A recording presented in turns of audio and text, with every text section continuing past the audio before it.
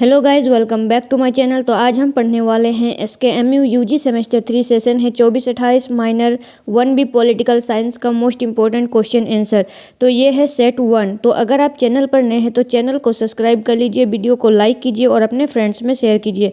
साथ ही हमारे Telegram channel and WhatsApp group को भी ज्वाइन कर लीजिए, क्योंकि आपको इसका PDF टेलीग्राम चैनल पर ही मिलेगा और टेलीग्राम चैनल का लिंक आपको इस वीडियो के डिस्क्रिप्शन बॉक्स में मिल जाएगा। तो चलिए देर न करते हुए हम शुरू करते हैं और देखते हैं माइनर पेपर पॉलिटिकल साइंस का मोस्ट इंपॉर्टेंट क्वेश्चन आंसर। आज हम देखेंगे SKMU सेमेस्टर 3 24-28 के स्टूडेंट के लिए माइनर 1B पॉलिटिकल साइंस का सेट 1। तो पहले हम देखेंगे very short answer type question, जो कि है 1 मार्क्स का। क्वेश्चन नंबर 1 है, भारतीय राजनीति के अध्ययन का संस्थागत दृष्टिकोण क्या है।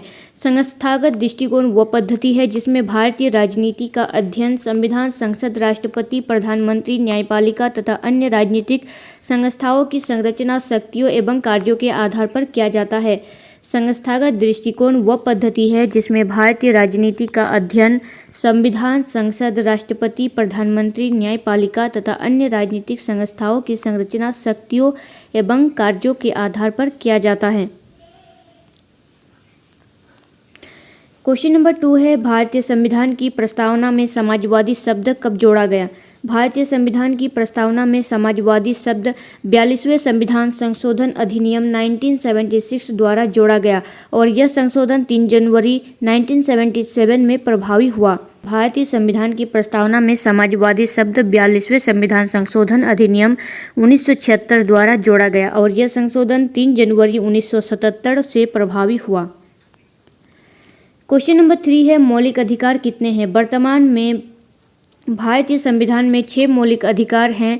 ये संविधान के अनुच्छेद 12 से 35 तक वर्णित है। पहले इसकी संख्या 7 थी, लेकिन संपत्ति के अधिकार को 44वें संशोधन 1978 द्वारा मौलिक अधिकार से हटाकर कानूनी अधिकार बना दिया गया। वर्तमान में भारतीय संविधान में 6 मौलिक अधिकार है और ये संविधान के अनुच्छेद 12 से 35 में वर्णित है। पहले इसमें 7 मौलिक अधिकार थी, लेकिन संपत्ति के अधिकार को 44वें संशोधन द्वारा हटा दिया गया और मौलिक अधिकार से हटाकर कानूनी अधिकार बना दिया गया। क्वेश्चन नंबर 4 है, भारत के प्रधानमंत्री की नियुक्ति कौन करता है। भारत के प्रधानमंत्री की नियुक्ति राष्ट्रपति द्वारा की जाती है। सामान्यतः लोकसभा में बहुमत प्राप्त दल या गठबंधन के नेता को प्रधानमंत्री नियुक्त किया जाता है। भारत में प्रधानमंत्री की नियुक्ति राष्ट्रपति द्वारा की जाती है। सामान्यतः लोकसभा में बहुमत प्राप्त दल या गठबंधन के नेता को प्रधानमंत्री नियुक्त किया जाता है, मतलब कि चुनाव कराकर या गठबंधन करके प्रधानमंत्री नियुक्त किया जाता है। क्वेश्चन नंबर 5 है, सुशासन गुड गवर्नेंस का एक प्रमुख लक्षण लिखिए। सुशासन का एक प्रमुख लक्षण पारदर्शिता ट्रांसपेरेंसी है। इसका अर्थ है कि सरकार के कार्य खुले, निष्पक्ष और जनता के प्रति जवाबदेह हो, जिससे लोगों का शासन पर विश्वास बना रहे। सुशासन का एक प्रमुख लक्षण है पारदर्शिता और इसका अर्थ है कि सरकार के जो कार्य खुले, निष्पक्ष और जनता के प्रति जवाबदेह हो, जिससे लोगों का शासन के प्रति विश्वास बना रहे। अब हम देखेंगे शॉर्ट आंसर टाइप क्वेश्चन, जो कि है 5 मार्क्स का। क्वेश्चन नंबर 1 है, भारतीय संविधान की प्रस्तावना की प्रमुख विशेषताओं का वर्णन कीजिए। भारतीय संविधान की प्रस्तावना संविधान का परिचय, उद्देश्य तथा मूल भावना प्रस्तुत करती है। इसे संविधान की आत्मा, दर्पण तथा कुंजी की टू द कॉन्स्टिट्यूशन कहा जाता है, क्योंकि यह संविधान के आदर्शों, मूल्यों एवं उद्देश्यों को स्पष्ट करती है। प्रस्तावना की शुरुआत हम भारत के लोग शब्द से होती है, जो यह दर्शाती है कि संविधान की समस्त शक्तियों का स्रोत भारत की जनता है। प्रस्तावना के अनुसार भारत एक संपूर्ण प्रभुत्व संपन्न समाजवादी धर्मनिरपेक्ष लोकतांत्रिक गणराज्य है। भारतीय संविधान की प्रस्तावना संविधान का परिचय, उद्देश्य तथा मूल भावना प्रस्तुत करती है। इसे संविधान की आत्मा, दर्पण तथा कुंजी की टू द कॉन्स्टिट्यूशन कहा जाता है, क्योंकि यह संविधान के आदर्शों, मूल्यों एवं उद्देश्यों को स्पष्ट करती है। और प्रस्तावना की शुरुआत होता है हम भारत के लोग से, और जो यह दर्शाता है कि संविधान की समस्त शक्ति का स्रोत भारत की जनता है। हम भारत के लोग से शुरू होता है प्रस्तावना, जो क्या दर्शाता है कि संविधान की समस्त शक्तियों का स्रोत भारत की जनता है। प्रस्तावना के अनुसार भारत एक संपूर्ण प्रभुत्व संपन्न समाजवादी धर्मनिरपेक्ष लोकतांत्रिक तथा गणराज्य है। संपूर्ण प्रभुत्व संपन्न का अर्थ है कि भारत किसी भी बाहरी शक्ति के अधीन नहीं है और अपने आंतरिक एवं बाह्य मामलों में स्वतंत्र निर्णय लेने के लिए पूर्ण स्वतंत्र है। समाजवादी राज्य का उद्देश्य सामाजिक एवं आर्थिक समानता स्थापित करना तथा सभी नागरिकों के कल्याण के लिए कार्य करना है।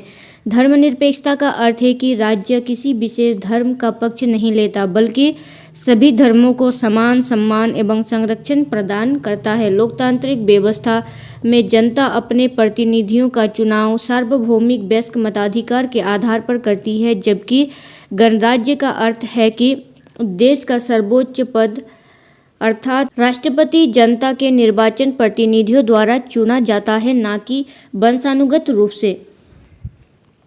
संपूर्ण प्रभुत्व संपन्न का अर्थ है कि भारत किसी भी बाहरी शक्ति के अधीन नहीं है और अपने आंतरिक एवं बाह्य मामलों में स्वतंत्र निर्णय लेने के लिए पूर्ण स्वतंत्र है। बाहरी एवं आंतरिक मामलों में निर्णय लेने के लिए बिल्कुल स्वतंत्र है। समाजवादी राज्य का उद्देश्य सामाजिक एवं आर्थिक समानता स्थापित करना तथा सभी नागरिकों के कल्याण के लिए कार्य करना है। धर्मनिरपेक्षता का अर्थ है कि राज्य किसी विशेष धर्म का पक्ष नहीं लेता। धर्मनिरपेक्ष का अर्थ है कि राज्य किसी विशेष धर्म का पक्ष नहीं लेता, क्योंकि भारत में कई धर्मों के लोग रहते हैं, तो धर्मनिरपेक्षता का अर्थ किसी एक धर्म का पक्ष लेना नहीं, बल्कि सभी धर्मों को समान सम्मान एवं संरक्षण प्रदान करता है। लोकतांत्रिक व्यवस्था में जनता अपने प्रतिनिधियों का चुनाव सार्वभौमिक वयस्क मताधिकार के आधार पर करती है, जबकि गणराज्य का अर्थ है कि देश का सर्वोच्च पद अर्थात राष्ट्रपति जनता के निर्वाचित प्रतिनिधियों द्वारा चुना जाता है, न कि वंशानुगत रूप से। राष्ट्रपति जनता के निर्वाचित प्रतिनिधियों द्वारा चुना जाता है, वंशानुगत तरीके से नहीं। प्रस्तावना सभी नागरिकों को सामाजिक, आर्थिक एवं राजनीतिक न्याय, विचार, अभिव्यक्ति, विश्वास, धर्म एवं उपासना की स्वतंत्रता, प्रतिष्ठा एवं अवसर की समता तथा बंधुत्व प्रदान करने का संकल्प व्यक्त करती है। बंधुत्व का उद्देश्य है सभी नागरिकों में भाईचारे की भावना विकसित करना तथा राष्ट्र की एकता और अखंडता को सुदृढ़ करना है।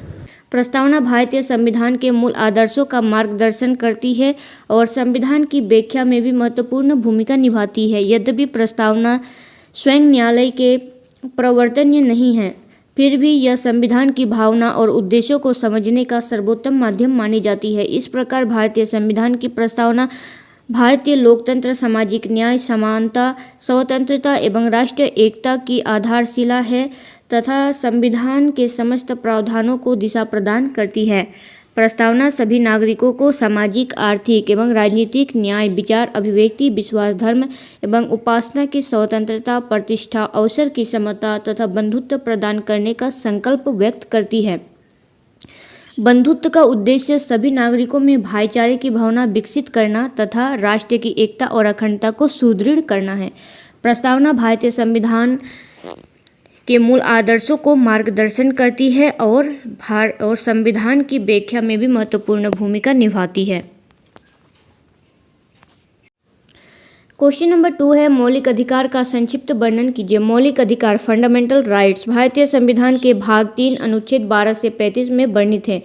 इन्हें भारतीय लोकतंत्र की आधारशिला माना जाता है, क्योंकि ये प्रत्येक नागरिक की स्वतंत्रता, समानता तथा गरिमा की रक्षा करते हैं। इन अधिकारों का उद्देश्य नागरिकों को राज्य के मनमाने कार्यों से सुरक्षा प्रदान करना तथा उनके सर्वांगीण विकास के लिए अनुकूल वातावरण उपलब्ध करना है। मौलिक अधिकार, जिसे हम इंग्लिश में फंडामेंटल राइट्स कहते हैं, भारतीय संविधान के भाग 3 अनुच्छेद 12 से 35 में वर्णित है और इन्हें भारतीय लोकतंत्र की आधारशिला माना जाता है, क्योंकि ये प्रत्येक नागरिक की स्वतंत्रता, समानता तथा गरिमा की रक्षा करते हैं। इन अधिकारों का उद्देश्य नागरिकों को राज्य के मनमाने कार्यों से सुरक्षा प्रदान करना तथा उनके सर्वांगीण विकास के लिए अनुकूल वातावरण उपलब्ध कराना है। वर्तमान में भारतीय संविधान में 6 मौलिक अधिकार हैं। पहला है समानता का अधिकार, अनुच्छेद 14 से 18 में वर्णित है। स्वतंत्रता का अधिकार अनुच्छेद 19 से 22 में वर्णित है। शोषण के विरुद्ध अधिकार अनुच्छेद 23 से 24 में वर्णित है। धर्म की स्वतंत्रता का अधिकार अनुच्छेद 25 से 28 में वर्णित है। सांस्कृतिक एवं शैक्षिक अधिकार अनुच्छेद 29 से 30 तथा संवैधानिक उपचारों का अधिकार अनुच्छेद 32 या अनुच्छेद 32 के अंतर्गत यदि किसी नागरिक के मौलिक अधिकारों का उल्लंघन होता है तो वह सीधे सर्वोच्च न्यायालय की शरण ले सकता है।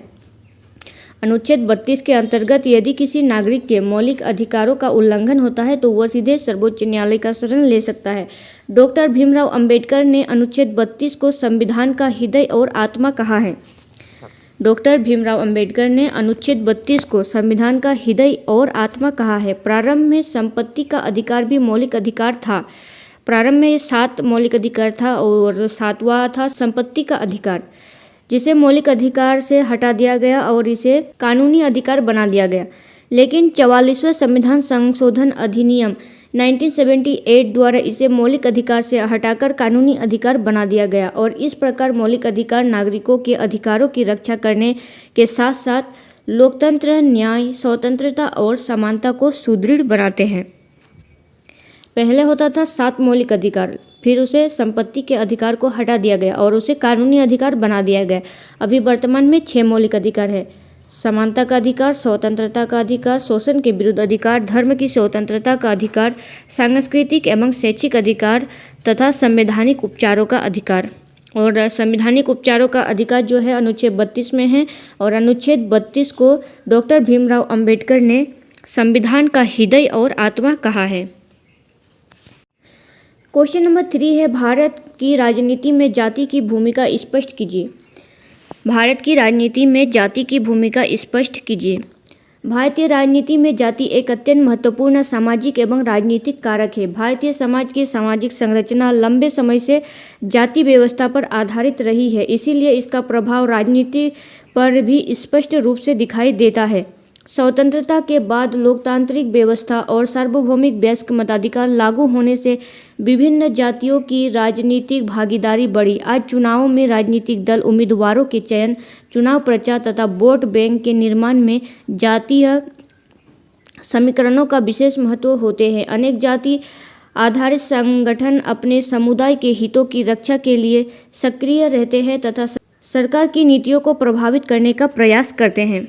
भारतीय राजनीति में जाति एक अत्यंत महत्वपूर्ण सामाजिक एवं राजनीतिक कारक है। भारतीय समाज की सामाजिक संरचना लंबे समय से जाति व्यवस्था पर ही आधारित है। भारतीय समाज की जो सामाजिक संरचना है वो लंबे समय पर जाति पर ही आधारित है, इसीलिए इसका प्रभाव राजनीति पर भी स्पष्ट रूप से दिखाई देता है। और स्वतंत्रता के बाद लोकतांत्रिक व्यवस्था, सार्वभौमिक वयस्क मताधिकार लागू होने से विभिन्न जातियों की राजनीतिक भागीदारी बढ़ी।